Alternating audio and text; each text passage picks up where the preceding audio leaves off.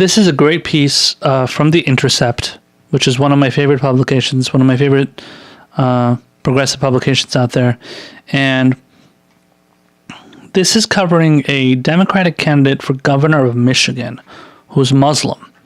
And he is basically he's basically getting shafted by the Democrats. And this is not surprising coming from a lot of the Democrats who want certain candidates to run. So the Democrats are usually up to their usual tricks, basically. So this is an article from Zaid Jalani. It's from February 1st of this year. And the title is Democrats Anonymously Target Muslim Candidate Questioning His Eligibility to Run for Michigan Governor.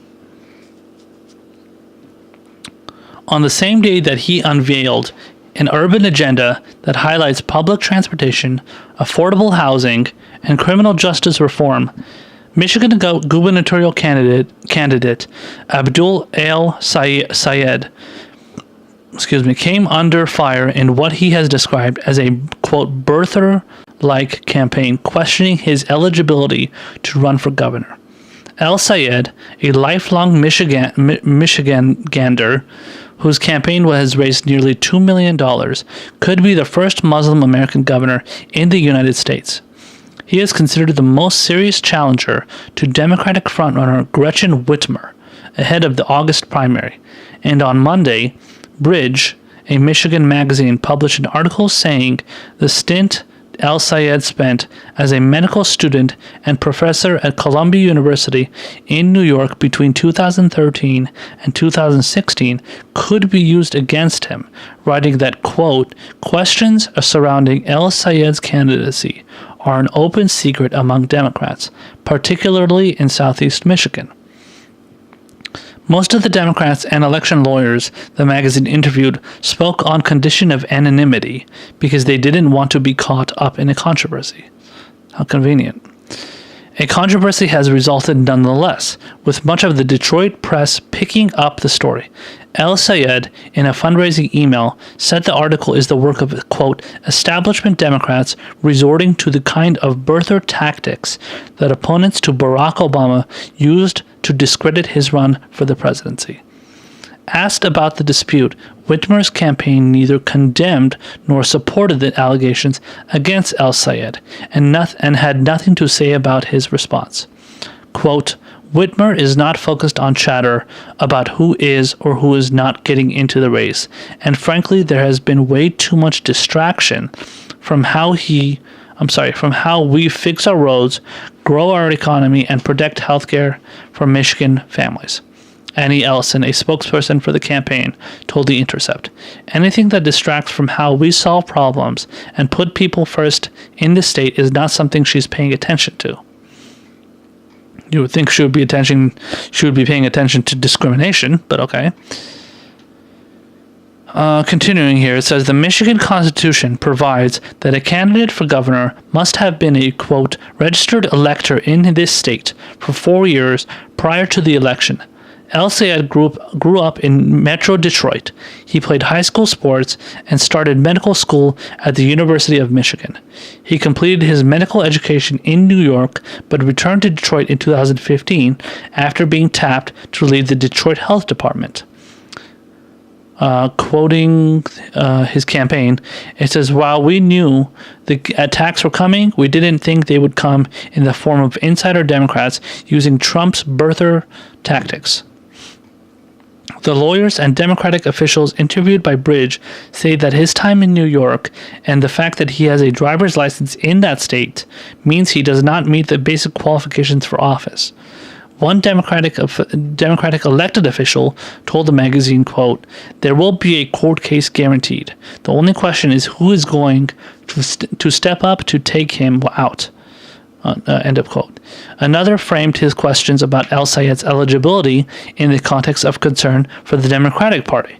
This is the part, by the way, that pisses me off the most. It says, quote, one party leader said he fears a nightmare scenario in which El-Sayed comes from behind and wins the Democratic Party primary in August, then is knocked off the November general election ballot through a lawsuit brought by Republicans. the article says. See, let's just stop it there. That is a perfect example of Democrats cowering to these pathetic Republicans, these pathetic, smear merchants in the Republican Party. Instead of responding by defending one of their fellow Democrats, I'm assuming they think he's a Democrat. I don't know. Based on the tactics that they're using against, they don't even think he's a fucking from Detroit or maybe even an American. But anyway, when responding to these smear merchants, the Republican Party, they don't respond by saying, hey, listen, this is fucked up. You are treating one of our candidates as if he's not even a citizen of this country, which he is, just because his name is different, that you think he's not an American, of course, which is typical Republican tactics.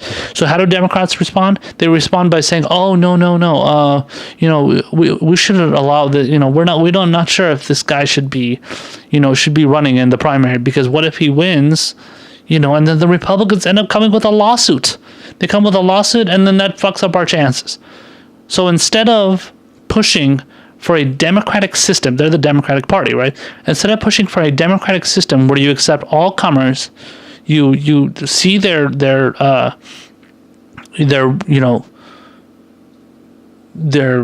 I don't know, I guess in this case, their record, the record for who they are as a person, this person's name, where they were born, all this stuff. Instead of taking, using that as proof, they were worried about some lawsuit, some bullshit lawsuit that the Republicans might use to frame him as not American or not from Michigan or not whatever, qualified to run in the primary or the general, essentially.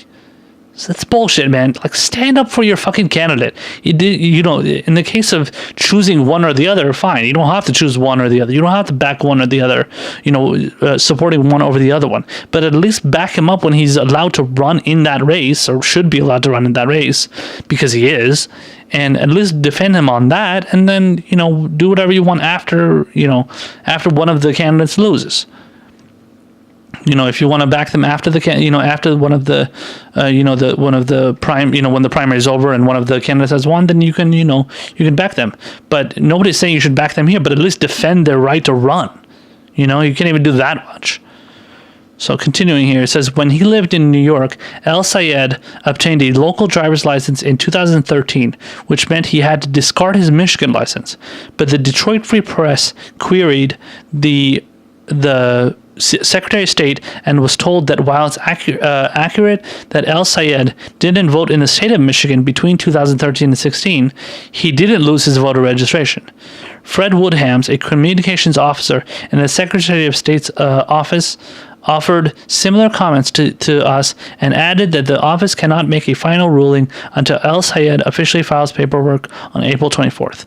Quoting Woodhams, through an email, it says, I can confirm that, according to the state's voter records, El-Sayed has been continuously registered to vote since 2003. El-Sayed has not filed to run for governor, so we can have no further comment.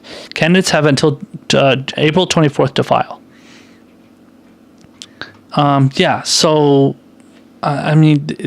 This is ridiculous, man. The way Democrats treat some Democrats these days is just unbelievable. This is tantamount to what Republicans do, but they do it more in public. Obviously, they smear in the public. In this case, Democrats are basically smearing this guy, behind closed doors, and basically trying to discredit him by saying, "Oh, what if he's not eligible to run, and what if he's not eligible to do this?" And who would ever say this about a white man named John Smith? Nobody's gonna say that. But because his name is Abdul El-Sayed, they treat him as like as an alien, as if he's not even from this state, even though he was born there. He went to school there, he went to college there, but then, I don't know, a few years he was in New York, so, oh my God, he doesn't have a driver's license. He doesn't have a driver's license, didn't have a driver's license for a few years or whatever, or he threw it out or whatever. Like, they're clinging at every possible opportunity. I just want to read this last part here. It says, El-Sayed's 3 years in New York did cause his voter registration to be placed on, quote, cancellation countdown status. But because he voted in November 2016 in Michigan, his status was returned to normal. He also owned a residence in Ann Arbor, even while living in New York. And then it goes on to quote a couple people here. It's just a couple lawyers that are saying... one of them is defending him, and another one is the chair of the Federal Election Commission. So you can read the article to figure that part out. It's a little bit long, but I just wanted to jump to the last part here. It says, polls have shown Whitmer with a double-digit lead over the other Democrats in the race, and she has raised about $1 million more than El-Sayed has. A December poll showed Republicans Bill Schwett with a 3-point lead over Whitmer for the general election. Still, El-Sayed's campaign has garnered a wave of national media attention, and his progressive politics have earned him the support of veterans of the 2016 Bernie Sanders presidential campaign. He is the 30-year-old son of an Egyptian immigrant, and he has drawn comparisons to Obama owing in part to his youth and charismatic presence on the stump. El-Sayed is in fact highly critical of the former president. That's good. And the last line says the partisan primaries will take place on August 7th. So yeah, I mean, like I was saying before, though, this is just classic smear tactics by, obviously, I mean, any kind of political party either way, whether it's Democrats or Republicans.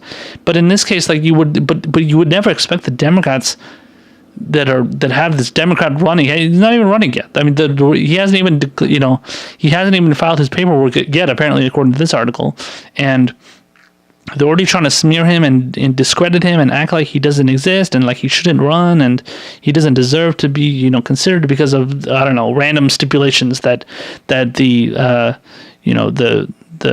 in this case, I guess it's the FEC, the Federal Election Commission, decided to address, but they haven't. I don't think they've even commented on it. This article doesn't say anything about the FEC saying anything. It's just a bunch of Democratic insiders and establishment types worried about what might happen, which we don't even know what's going to happen. So it's like you're just paranoid over nothing. And like I said before, you're just cowering to these fucking assholes in the Republican Party who, you're afraid of smearing this guy because he's Muslim and, because he's, again, doesn't have a regular American sounding name. So, he wasn't supposedly, in Michigan for 3 years, even though he was born there. And you want to just make up a bunch of shit about him and you want to smear him and treat him like the other. And this is very much like what happened in 08 with Obama. It's very similar, And, obviously he's much more progressive than Obama, and he's critical of Obama too, which is great. So he's obviously a progressive guy. That's another reason why they're smearing him behind closed doors, because not only is he progressive, but he's also, got these supposed issues that they want to bring up and they claim to be worried about. So it's just typical of the establishment, whether it's Democrats, Republicans, whatever. These are people that are just looking to smear whoever is not like them, whoever is not, in the, following along with the party line, essentially. So it's definitely more than about who he is and where he was born or where he lived or whatever. It's more about his progressive policies for sure.